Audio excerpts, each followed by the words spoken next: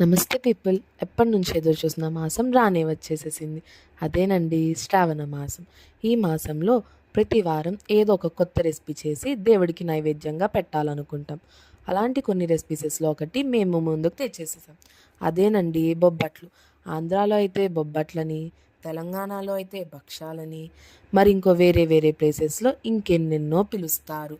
బయటకున్న satisfaction కన్నా ఇంట్లో కొంచెం టైం తీసుకొని చక్కగా చేసుకుంటే ఆ టేస్ట్ కానీ సాటిస్ఫాక్షన్ కానీ ఇంకెక్కడా రాదు.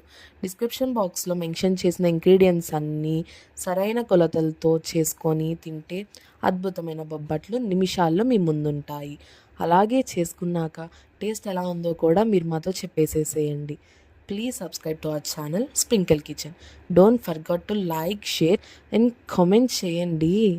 సరేనండి, ఉంటాను.